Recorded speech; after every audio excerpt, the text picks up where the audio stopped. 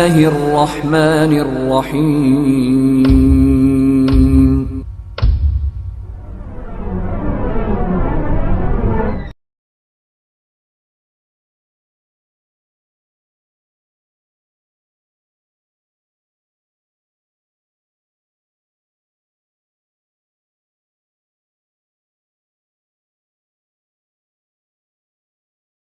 حامداً ومصلياً أما بعد أعوذ بالله من الشيطان الرجيم بسم الله الرحمن الرحيم لقد كان لكم في رسول الله أسوة حسنة رب اشرح لي صدري ويسر لي أمري واحلل عقدة من لساني يفقهوا قولي رب زدني علما رب زدني علما رب زدني علما. محترم حضرات، رسول اللہ صلی اللہ علیہ وسلم کی سیرت طیبہ میں ہجرت کا 5واں سال اس کا تذکرہ چل رہا ہے۔ غزوہ بنو مستلق جو ہجرت کے 5ویں سال یہ غزوہ ہوا ہے، اور اس غزوے میں منافقین کی بہت بڑی تعداد شریک ہوئی، اور جس کے نتیجے میں بہت سارے واقعات پیش آئے جو ہے سفر سے واپسی کے وقت ہم اس کا تذکرہ کر رہے ہیں۔ تو پہلا واقعہ یہ پیش آیا کہ منافقین نے، جو منافقوں کا سردار تھا عبداللہ بن ابی، اس نے یہ بات کہی کہ ہم مدینہ والے جو ہے جب مدینہ جائیں گے تو ہم میں سے جو سب سے عزت دار آدمی ہے، یعنی اپنے آپ کو اس نے مراد لیا کہ میں، اور جو باہر سے آئے ہیں ذلت والا آدمی، نعوذ باللہ من ذالک، آپ صلی اللہ علیہ وسلم کو اس نے کہا یہ کہہ کر کے میں انہیں باہر نکال دوں گا۔ یہ بات جب آپ صلی اللہ علیہ وسلم تک پہنچی تو مکر گیا وہ کہ میں نے ایسی کوئی بات نہیں کہی ہے، قسمیں کھانے لگا۔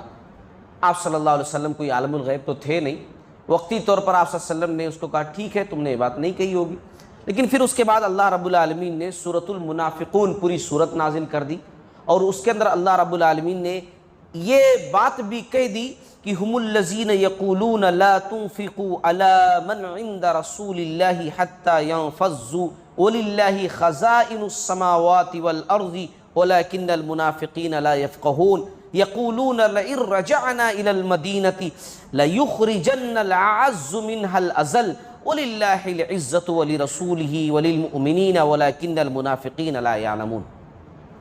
اللہ نے بتا دیا سورت نازل کر کے کہ یہ بات سچ ہے کہ اس نے جو ہے اس قسم کی بات کی ہے۔ پورا تذکرہ کر دیا اللہ رب العالمین نے کہ اس میں سے ایک آدمی نے کہا ہے کہ ہم میں سے معزز ترین آدمی جو ہے ذلت ترین شخص کو مدینہ سے باہر نکال دے گا، حالانکہ تمام عزتیں اللہ کے لیے ہیں، اس کے رسول کے لیے ہیں، مومنوں کے لیے ہیں، لیکن منافقین نہیں سمجھتے۔ تو اس واقعے کے بعد عبداللہ ابن ابی کو بہت سارے لوگ برا بھلا بولے کہ ایک تو تم غلطی کیے، اوپر سے جب پکڑے گئے تو جھوٹ بولے، آخر کار اللہ تعالیٰ نے قرآن میں تمہارے خلاف آیتیں نازل کی، بتا دیا اپنے نبی کو کہ نہیں یہ بندہ جھوٹ بول رہا ہے اور صحیح میں اس نے بات کہی ہے۔ اور اس منافق کا موحد بیٹا، سچا مسلمان بیٹا عبداللہ، انہوں نے تو ایسا کارنامہ انجام دیا محبت رسول میں، عزت رسول میں، عظمت رسول صلی اللہ علیہ وسلم میں، کہ باقاعدہ مدینہ کے دروازے پر جو ہے جب بعد میں یہ قافلہ پہنچا تو باقاعدہ روک لیا اپنے باپ کو، کہا کہ جب تک جو ہے رسول اللہ صلی اللہ علیہ وسلم اجازت نہیں دیں گے تم مدینہ کے اندر داخل نہیں ہو سکتے، کیونکہ تم جو ہے برے ہو، رسول اللہ صلی اللہ علیہ وسلم عزت والے۔ بہرحال یہ واقعے کا تذکرہ میں نے تفصیل کر دیا۔ دوسرا واقعہ جو اس سفر میں ہوا وہ یہ ہوا کہ جب آپ صلی اللہ علیہ وسلم آ رہے تھے، ایک جگہ پڑاؤ کیے ہوئے تھے، تو بہت تیز آندھی چلی، اتنی تیز آندھی چلی کہ جو ہے پریشان ہو گئے صحابہ کرام آلریڈی پریشان تھے یہ آندھی آنے سے پہلے بھی۔ اس کی وجہ یہ تھی صحابہ کرام کی پریشانی کی کہ مدینہ کے قریب ایک قبیلہ تھا بنو غطفان، ایک قبیلہ تھا، اس قبیلے سے معاہدہ تھا کہ بھئی نہ ہم تمہارے اوپر اٹیک کریں گے، سیاسی مسئلہ تھا، نہ تم ہمارے اوپر اٹیک کرو گے کسی بھی سچویشن میں۔ وہ معاہدے کی ڈیٹ ختم ہو رہی تھی، یعنی 4 دن رہ گئے تھے اس معاہدے کے ختم ہونے میں۔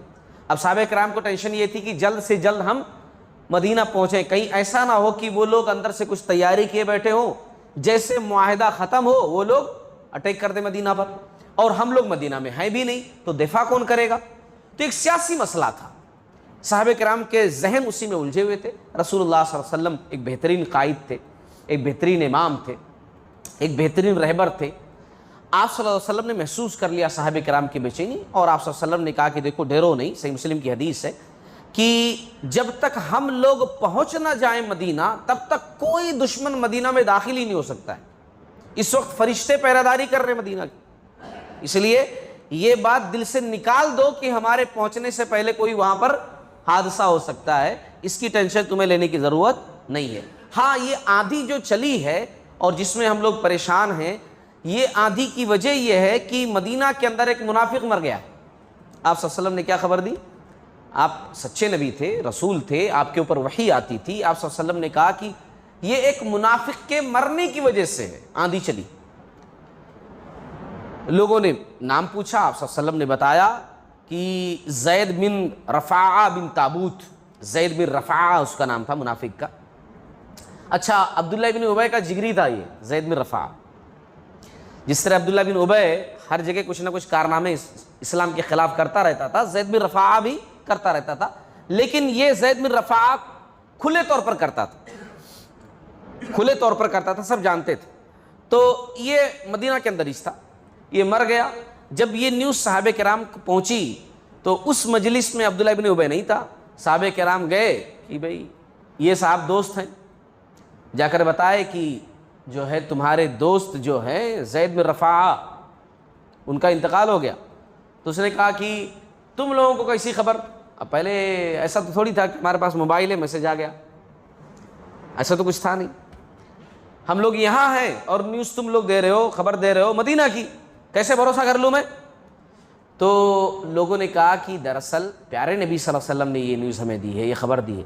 اچھا، وہ منافق تو تھا لیکن وہ اتنا جانتا تھا کہ نبی صلی اللہ علیہ وسلم، محمد صلی اللہ علیہ وسلم کوئی بات اگر کہتے ہیں تو وہ بات جھوٹی نہیں ہوتی ہے، 100% وہ سچی ہوتی ہے۔ جب لوگوں نے یہ کہا کہ نبی نے یہ بات ہم کو دی ہے، یہ بات بتائی ہے، تو اس کو فوراً یقین ہو گیا اور صدمے میں ڈوب گیا وہ کہ ہمارا ایک ساتھی چلا گیا، ہمارا ایک دوست جو ہے جو ہر کام میں میرے ساتھ ساتھ تھا وہ جو ہے چلا گیا۔ جب یہ آندھی آئی تو ایک واقعہ اور بھی پیش آیا کہ جو مسلمانوں کے جانور تھے سفر میں، جو وہاں رکتے سمے ادھر ادھر بدھے ہوئے تھے، آندھی اتنی تیز تھی کہ کچھ دکھائی نہیں دے رہا تھا، اس میں پورے جانور جو ادھر ادھر بکھر گئے۔ آندھی جب تھم گئی تو سب لوگ اپنے اپنے جانور ڈھونڈ کر کے لے آئے، مگر آپ صلی اللہ علیہ وسلم کی اونٹنی قصوہ وہ غائب تھی۔ آپ صلی اللہ علیہ وسلم کی سواری قصوہ جو ہے وہ کہیں نظر نہیں آ رہی۔ لوگ ڈھونڈے، تھک گئے، پورا چرچا ہو گیا قافلے کے اندر کہ رسول اللہ صلی اللہ علیہ وسلم کی اونٹنی نہیں مل رہی ہے، سارے جانور تو مل گئے، ہم پکڑ لائے، مگر رسول اللہ صلی اللہ علیہ وسلم کی سواری قصوہ جو ہے وہ تو غائب۔ اب اس میں ایک منافق تھا زید بن سلیت، یہ یہودی عالم تھا، بظاہر اپنے آپ کو مسلمان کہتا تھا لیکن منافق تھا۔ یہ مذاق اڑانے لگا، صحابہ کرام کی مجلس میں کہنے لگا کہ محمد صلی اللہ علیہ وسلم تو کہتے ہیں کہ ہمارے پاس اللہ تعالیٰ کی طرف سے وحی آتی ہے اور بڑی بڑی خبریں بھی ہمیں سناتے ہیں، ہم سنتے رہتے ہیں آخرت کے بارے میں، تو فلاں کے بارے میں، فلاں کے بارے میں، اور حالت یہ ہے کہ ان کی خود کی اونٹنی کہاں ہے یہ پتہ نہیں ہے۔ اب یہ طنز والی بات ہو گئی نا، یہ مذاق اڑانے والی بات ہو گئی۔ پہلے سے لوگ پریشان ہیں ایک مسئلے کو لے کر کے، اور نبی کی ہر چیز سے لوگوں کو محبت ہے، قصوہ اونٹنی غائب ہے۔ اب اس سچویشن میں ایسی ٹپڑی کرنا، ایسی بات کرنا، ظاہر سی بات ہے لوگوں کو غصہ آئے گا۔ لوگ غصہ ہوئے، صحابہ کرام جو وہاں تھے سنے تو غصے میں بولے کہ منافق شخص، جب تجھے ہمارے نبی پر بھروسہ نہیں ہے، نبی کے تعلق سے تو شکوک و شبہات کا شکار ہے، تو پھر ہمارے ساتھ سفر میں آیا کیوں؟ نہیں آنا چاہیے تھا۔ تو اس نے بڑبڑاتے ہوئے کہا، جواب دیتے ہوئے نہیں، کچھ لوگ ہوتے ہیں نا کہ منڈی نیچے کر ادھر ادھر کر کے کہتے، تو اس نے بڑبڑاتے ہوئے کہا کہ میں کہاں ایسے اپنی خوشی سے آیا تھا، میں تو وہ مال غنیمت ملے گا، مال ملے گا، اس کے چکر میں آیا تھا۔ تو جب جو ہے مسلمان ایسا سنے تو اس کو مارنے کے لیے بگائے، اس کو لوگوں کو اور غصہ آیا کہ یہ لو، اس کو جنگ سے کوئی مطلب نہیں، دین سے کوئی مطلب نہیں، خالی مال کے چکر میں آیا ہوا۔ تو لوگ دوڑے اس کی طرف۔ اچھا، اس نے کیا کیا، اس کو اس سچویشن میں ایک ہی پلیس نظر آئی کہ جہاں صحابہ کرام اس کو بھگا نہیں سکتے، اس کو مار نہیں سکتے۔ رسول اللہ صلی اللہ علیہ وسلم کی مجلس تھوڑی دور پر لگی ہوئی تھی، یہ واقعہ وہاں تک نہیں پہنچا تھا، بس بھاگتے ہوئے جا کر اس مجلس میں خاموشی کے ساتھ بیٹھ گیا۔ یہاں سے جب لوگ دوڑائے اس کو تو کہاں بھاگ کر گیا؟ دوسری جگہ رسول اللہ صلی اللہ علیہ وسلم کی مجلس چل رہی تھی، وہاں صلی اللہ علیہ وسلم کے ساتھ بہت سارے دوسرے صحابہ کرام تھے، جا کر اس مجلس میں بیٹھ گیا، کیونکہ وہ جانتا تھا کہ اب یہاں کوئی مجھے مارنے کے لیے نہیں آئے گا اور نہ ہی بھاگتے ہوئے کوئی آئے گا، نبی کی عظمت میں، نبی کی عزت میں۔ اچھا بیٹھ گیا وہاں پر۔ اب یہ لوگ تو نہیں گئے وہاں پر، بھائی محمد صلی اللہ علیہ وسلم وہاں موجود ہیں، آپ صلی اللہ علیہ وسلم نبی ہمارے موجود ہیں، وہاں نہیں گئے مسلمان جو تھے، جو سنے تھے اس کی زبان سے یہ خرافاتی باتیں، وہ تو وہی رہے۔ یہ جیسے جا کر بیٹھا، آپ صلی اللہ علیہ وسلم کے پاس وحی آ گئی اس واقعے کے تعلق سے کہ ابھی تھوڑی دیر پہلے ایسا ہوا ہے۔ اب اللہ تعالیٰ کا پیغام نبی تک پہنچنا، اس میں کوئی تاخیر تو ہو نہیں سکتی، اللہ تعالیٰ جو چاہے کر سکتا ہے، جبریل امین پلک جھپکتے ہی پہنچ سکتے ہیں، ساری باتیں بتا سکتے ہیں، دل کے اندر وہ بات ڈالی جا سکتی ہے۔ تو جیسے یہ بیٹھا، رسول اللہ صلی اللہ علیہ وسلم جو ہے گفتگو کر رہے تھے، گفتگو کا ٹاپک بدل دیے اور آپ صلی اللہ علیہ وسلم لوگوں سے بولے کہ ابھی ایک واقعہ ہوا ہے لوگوں، ایک بندے نے اس بات پر خوشی کا اظہار کیا ہے، طنز کیا ہے کہ نبی کی اونٹنی غائب ہو گئی ہے۔ اب یہ چونکا کہ اب بھی تو بھاگ کر کے میں آیا ہوں، اب بھی تو وہاں پر میں بولا ہوں، اتنی جلدی ان کو کیسے پتا چل گیا کہ میں ایسا بولا ہوں؟ کیونکہ میں ہی بولا ہوں نا، وہ سمجھتا ہے کہ میں ہی بولا ہوں۔ تو اور غور سے سننے لگا، دوسرے لوگ تو غور سے سن ہی رہے تھے، اب اس کی بات تھی تو اور غور سے سننے لگا۔ آپ صلی اللہ علیہ وسلم نے کہا کہ اس نے کہا ہے کہ آخر اللہ نبی کو بتا کیوں نہیں دیتا کہ اونٹنی کہاں ہے، کس جگہ پر ہے، اس جگہ کی نشاندہی کیوں نہیں کر دیتا؟ آپ صلی اللہ علیہ وسلم نے پھر یہ جملہ استعمال کیا۔ آپ صلی اللہ علیہ وسلم نے کہا کہ دیکھو، غیب کا علم تو سوائے اللہ تعالیٰ کے پاس ہے، نبی کے پاس بھی غیب کا علم نہیں، غیب کا علم سوائے اللہ تعالیٰ کے پاس ہے، بے شک اللہ نے مجھے اس جگہ کے بارے میں بتا دیا ہے۔ دراصل وہ پہاڑی کے پیچھے قصوہ موجود ہے، اس کی جو نکیل ہے، رسی جو ہے، وہ ایک جھاڑ سے الجھ گئی ہے، اٹک گئی ہے۔ قصوہ اس طرف آنا چاہتی ہے لیکن اس کی رسی ایک جھاڑ میں پھنس گئی ہے، جس کی وجہ سے قصوہ وہیں پر رک گئی ہے۔ تو تم میں سے کوئی شخص جائے وہ پہاڑی کے پیچھے اور قصوہ کو لے آئے۔ اچھا، لوگ چلے گئے لینے کے لیے، وہ لے بھی آئے، لیکن اب یہ بندہ، اس کی بڑی حیرت کی انتہا تھی، یہ بندہ بھاگ کر کے آیا جہاں واقعہ ہوا تھا، جو صحابہ کرام دوڑائے تھے اس کو، ان کے پاس آیا اور پہنچتے ہی اس نے پوچھا کہ یہ سب جو کچھ تھوڑی دیر پہلے یہاں ہوا تھا، تم میں سے کوئی شخص جا کر کے بولا کیا نبی کو بتایا کیا جا کر کے؟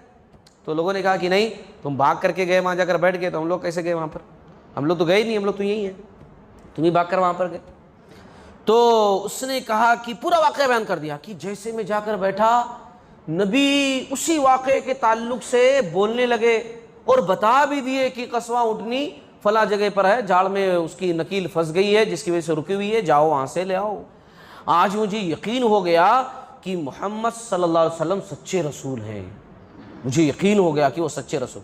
اچھا، وقتی طور پر واقعے کا اثر اس کے دل پر ہوا، کوئی بھی بندہ ہو نا، وقتی طور پر اس کے دل پر سچے واقعات کا اثر ہوتا ہے۔ جیسے ہم لوگ ہوتے ہیں کہ خطبہ سنتے ہیں تو دل پر اثر ہوتا ہے، لیکن اس کے کچھ ہی گھنٹوں کے بعد اس کا اثر، اگر ایمان مضبوط ہے تو برقرار رہتا ہے، لیکن اس کے بعد اگر ایمان نہیں ہے تو پھر اس کے بعد وہ چیزیں غائب ہو جاتی ہیں، شیطان ختم کر دیتا ہے۔ تو وقتی طور پر اس منافق کے دل پر بھی اس واقعے کا اثر ہوا، اتنا اثر ہوا اس قسم کی گفتگو کی، اس نے یقین کی نبی پر کہ لوگوں نے کہا کہ جب اتنا یقین ہے تمہیں، آج تک تم غلط چیزیں کرتے رہے، شکوک و شبہات کی شکار تھے، جاؤ نبی کے پاس، اب تک جو کیے سچ سچ بتا دو، توبہ کر لو، نبی تمہارے بارے میں اللہ تعالیٰ سے استغفار کر دیں گے، تمہاری بخشش ہو جائے گی، تمہاری پچھلی غلطیاں معاف کر دی جائیں گی۔ یہ نبی کے پاس گیا، اچھی اچھی باتیں بھی کی، مگر پھر بھی سدھرا نہیں۔ وہ واقعے کا اثر وقتی طور پر تھا، پھر اس کے بعد جو ہے وہ اثر اس کے دل سے غائب ہو گیا۔ دراصل ہدایت پا جانا، اس پر جم جانا، استقامت اختیار کرنا، یہی تو سب سے بڑی چیز ہے۔ اسی لیے تو پیارے نبی صلی اللہ علیہ وسلم کے پاس جب ایک صحابی آتے ہیں اور کہتے ہیں کوئی نصیحت کیجیے یا رسول اللہ صلی اللہ علیہ وسلم، کچھ نصیحت کیجیے، کچھ اسپیشل چیز بتائیے، تو نبی نے کہا کہ دیکھو، تم یہ کہو کہ میں اللہ پر ایمان لایا اور اس پر جم جاؤ، تم کہو کہ میں اللہ پر ایمان لایا اور اس پر جم جاؤ۔ جم جانے کا مطلب اب اللہ تعالیٰ کا جو رولز ہے زندگی پر اسی کو فالو کروں گا، اس پر یقین بھروسہ کبھی میرا ڈگمگائے گا نہیں، کتنی بھی ڈینجر سچویشن ہو ایمان میرا کمزور نہیں پڑے گا، اس پر جم جاؤ۔ وہ بار بار سوال کرتے رہے، کوئی نصیحت اور نصیحت اور نصیحت، آپ صلی اللہ علیہ وسلم کا جواب ایک ہی تھا، کہو کہ میں اللہ تعالیٰ پر ایمان لایا اور ثم استقم، پھر اس پر استقامت اختیار کر، ہے نا۔ وقتی طور پر کسی واقعے کا اثر ہو جانا اچھی بات ہے، لیکن اس واقعے کا اثر برقرار رہنا یہ کمال کی بات ہے۔ واقعے کا اثر غائب ہو جائے تو پھر کیا فائدہ ہے، وہ تو وقتی طور پر بات ہو۔ تو بہرحال ایک واقعہ یہ ہوا، ایک واقعہ یہ بھی ہوا، چوتھا واقعہ کہ آپ صلی اللہ علیہ وسلم پھر جب اور مدینہ کے قریب تھوڑے آئے، سفر برقرار تھا، آپ صلی اللہ علیہ وسلم مدینہ واپس ہو رہے تھے، تو ایک وادی پڑتی ہے، وادی نقی، ایک وادی تھی۔ اچھا وہ وادی ایسی تھی کہ ہری بھری، یعنی گھاس اگے ہوئے ہیں، ہرے بھرے جھاڑ ہیں۔ اس کی وجہ یہ تھی کہ وہاں کی جو زمین تھی وہ بہت نم تھی، یعنی پانی ایسا نظر آ رہا تھا کہ اس سے اوپر ہی پانی ہو، حالانکہ مٹی تھی مگر گیلی مٹی، یعنی مطلب پانی یہاں بہت ہے۔ اور عرب کے اندر ایسی سرزمین کا پایا جانا کمال کی بات ہے، ہمارے پاس تو ایسے جگہیں بہت ساری مل سکتی ہیں، لیکن عرب اس سچویشن میں، اس دور میں ایسا مقام ملنا یہ بڑی کمال کی بات تھی۔ آپ صلی اللہ علیہ وسلم نے جب اس جگہ کو دیکھا تو وہاں آپ صلی اللہ علیہ وسلم ٹھہرے، ہریالی دیکھی تو آپ صلی اللہ علیہ وسلم نے کہا کہ دیکھو اس جگہ کو آج کے بعد میں مختص کرتا ہوں جو اسلام کے غازی ہیں اور ان کے جو گھوڑے اور اونٹ ہیں، خاص طور سے وہ گھوڑے اور وہ اونٹ جن کو وہ لے کر کے میدان جہاد میں جاتے ہیں، جن پر بیٹھ کر کے وہ جہاد کے لیے سواری کرتے ہیں، اللہ کے راستے میں لڑتے ہیں، انصاف کے لیے لڑتے ہیں، ان جانوروں کے لیے اس پوری وادی کو مختص کرتا ہوں۔ یہ وادی صرف غازیان توحید کے جانوروں کے لیے اور ان جانوروں کے لیے خاص طور سے جو جہاد میں استعمال ہوتے ہیں۔ یہ جگہ لوگوں نے کہا کہ جگہ جگہ پانی اکٹھا ہے، تو آپ صلی اللہ علیہ وسلم نے کہا ایسا کرو ایک کنواں کھودو تاکہ وہ پانی پورا اس کنویں میں جا کر کے اسٹور ہو اور وہاں سے اور ہریالی لائی جا سکے۔ اور اس چیز کی ذمہ داری یعنی پورا یہ علاقہ جو سنبھالنا ہے، آپ صلی اللہ علیہ وسلم نے سیدنا بلال بن حارث مزنی رضی اللہ تعالیٰ عنہ کے حوالے کیا، ان کو امیر بنا دیا اس جگہ کا کہ یہ جو آدمی رکھنا ہے رکھو، اس پورے علاقے کی ذمہ داری تمہاری ہے، نظم و نسق سنبھالنا تمہاری ذمہ داری۔ انہوں نے چند سوال کیا، وہ سوال بھی سمجھنے کے لائق۔ انہوں نے پہلا سوال یہ کیا کہ یا رسول اللہ صلی اللہ علیہ وسلم ٹھیک ہے یہ پورا علاقہ جو ہے آپ دے رہے ہیں میری ماتحتی میں، مجھے سنبھالنا ہے اور یہاں جانور رہیں گے، خاص طور سے غازیان توحید کے جانور رہیں گے، لیکن کتنی جگہ مختص کروں، یعنی وہ ٹریٹری جو ہو وہ کتنی جگہ میں ہو، یعنی وہ حدود بتا دیجئے ایگزیکٹ، بھائی کتنی جگہ ہو، ایک دم پورا فائنل، ایسا نہیں کہ بعد میں کچھ پرابلم ہو، شک کی کوئی بات نہ رہو، کتنی دوری پر وہ جگہ ہونی چاہیے۔ تو آپ صلی اللہ علیہ وسلم نے کہا ایسا کرو کہ صبح ایک بندے کو پہاڑ پر ٹھہرا دو اور زور سے آواز لگانے لگاؤ، جہاں تک اس کی آواز جاتی ہے اتنے حدود تک، یہ آپ صلی اللہ علیہ وسلم نے کہا ٹھیک۔ دوسرا سوال انہوں نے یہ کہا کہ اگر عام مسلمانوں کے جانور جو جہاد میں نہیں شریک ہوئے، یا وہ جانور جو جہاد میں شریک نہیں ہوتے ہیں، وہ جانور آ گئے تو اس کے اندر تو کیا حکم دیتے ہیں آپ؟ تو آپ صلی اللہ علیہ وسلم نے کہا کہ نہیں، دوسرے کسی کے جانور مسلمان کے کیوں نہ ہو، اور وہ جانور جو جہاد میں شریک نہیں ہوتے، وہ جانور بھی اگر آ جائیں تو اس میں داخل نہیں ہو سکتے، اس حدود میں داخل نہیں ہو سکتے، ان کے لیے یہ نہیں ہے، اسپیشل صرف غازیان توحید کے وہ جانور جو غزوے میں استعمال ہوتے ہیں، لڑائی میں استعمال ہوتے ہیں، ان کے۔ تیسرا سوال انہوں نے کہا کہ یا رسول اللہ صلی اللہ علیہ وسلم ٹھیک ہے اگر کوئی کمزور مسلمان ہو اس علاقے کا، کوئی کمزور عورت ہو، کوئی کمزور مسلمان ہو، وہ زیادہ دور جو ہے اپنے جانوروں کو لے کر نہیں جا سکتا، اس کا نزدیک یہی پڑتا ہے، یہی چراگاہ، تب تو آپ صلی اللہ علیہ وسلم نے کہا ہاں تب اس سچویشن میں کسی کے بھی جانور لے سکتے ہو اور اس سے استفادہ جو ہے کر سکتے ہو۔ اس چراگاہ کو آپ صلی اللہ علیہ وسلم پوری زندگی جو ہے ایسے ہی رکھے۔ آپ صلی اللہ علیہ وسلم کے بعد ابو بکر رضی اللہ تعالیٰ عنہ بھی سیم اسی چیز کے لیے استعمال کیے، عمر رضی اللہ تعالیٰ عنہ اپنے دور میں بھی اس چراگاہ کو سیم استعمال کیے، عثمان غنی رضی اللہ تعالیٰ عنہ بھی اپنے دور میں، یعنی آپ سوچیے کتنے سالوں تک وہ زمین اسپیشل صرف اسی کام کے لیے بنی رہی ہے نا۔ تو ایک چیز تو یہ ہوا۔ اچھا اس جگہ پر آپ صلی اللہ علیہ وسلم نے ایک کھیل بھی کھیلا، گھوڑا اور اونٹ دوڑانے کا مقابلہ ہوا. آپ صلی اللہ علیہ وسلم دراصل صحابہ کرام کو ایکٹیو رکھتے تھے. ہمارے اندر بھی یہ چیزیں ہونی چاہیے.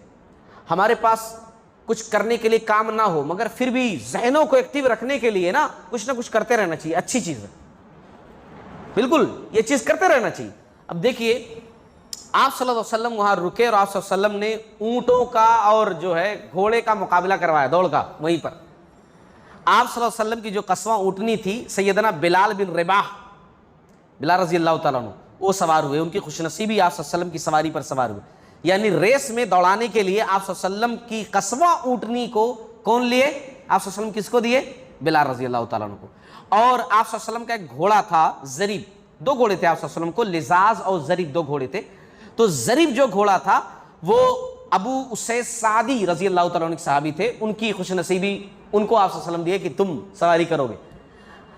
اونٹوں کا مقابلہ ہوا اور گھوڑوں کا مقابلہ ہوا. آپ صلی اللہ علیہ وسلم کی دونوں سواریاں فرسٹ نمبر پر آئیں. بھئی نبی کی سواری ہے نا, نبی کی سواریاں. اونٹوں اونٹنیوں میں جو ہے قصوہ جیت گئی اور جو ہے گھوڑوں میں ضریب جیت گیا, ہے نا, وہاں مقابلہ ہوا. آپ صلی اللہ علیہ وسلم جو ہے اس سفر کے اندر ایک خاص بات اور بھی کیے کہ ایک جگہ جہاں پڑاؤ تھا, آپ صلی اللہ علیہ وسلم جو ہے, اس سے پہلے بھی میں نے تذکرہ کیا ہے کہ جب سفر پر جاتے تھے کبھی کبھار تو آپ صلی اللہ علیہ وسلم اپنی بیویوں میں سے کسی ایک بیوی کو بھی ساتھ لے لیتے تھے اور قرآن اندازی کرتے تھے. پہلے جس کا نام نکل گیا اس کو لے کر کے جاتے تھے. اما عائشہ رضی اللہ تعالیٰ عنہ ساتھ میں تھی تو آپ صلی اللہ علیہ وسلم کیا کیے, ان کے ساتھ بھی وقت گزارے. آپ صلی اللہ علیہ وسلم ان کو لیے اور قافلے سے دور گئے, یہاں کوئی نہیں دیکھ رہا تھا, وہاں کوئی بندہ نہیں تھا. آپ صلی اللہ علیہ وسلم تھے, اما عائشہ رضی اللہ تعالیٰ عنہ تھی, دور گئے.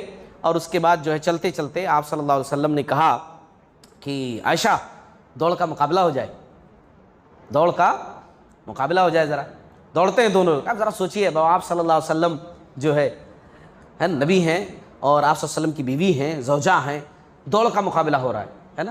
تو زندگی کے اندر ایسی چیزیں بھی ہونی چاہیے. ہمیشہ بیوی کے ساتھ ایک روب دارانہ آواز, ایک الگ جو ہے انداز آدمی اختیار کرے, اور ہمیشہ اپنے آپ میں رہے کہ میں تو شوہر ہوں, ہے نا, میں پنے کے ساتھ, وہ انداز ٹھیک نہیں ہے.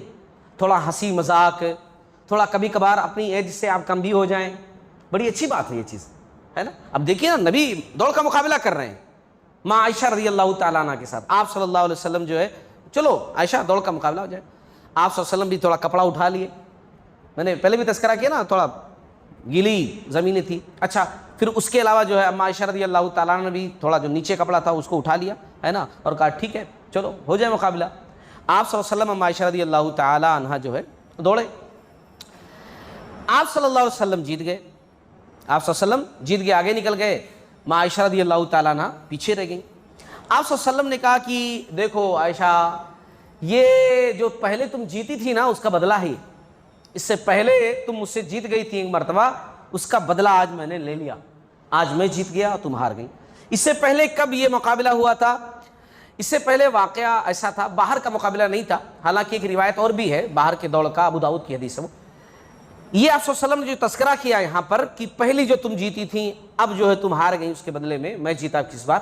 دراصل اس سے پہلے کا واقعہ ایسا ہوا تھا کہ آپ صلی اللہ علیہ وسلم ابو بکر صدیق رضی اللہ تعالیٰ عنہ کے گھر پہ گئے تھے, تو اما عائشہ رضی اللہ تعالیٰ عنہ کے ہاتھ میں کچھ تھا.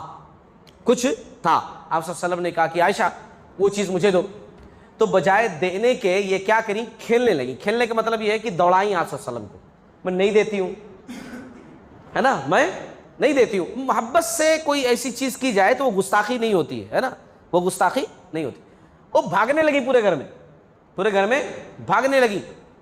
آپ صلی اللہ علیہ وسلم نے پیچھے پیچھے بھگانے لگے ان کو وہ چیز لینے کے واسطے, نہیں وہ چیز چاہیے. انداز دیکھیے ایک ازدواجی زندگی کا, یہ بھی ایک خوشگوار ازدواجی زندگی کے اصولوں میں سے ایک اصول ہے.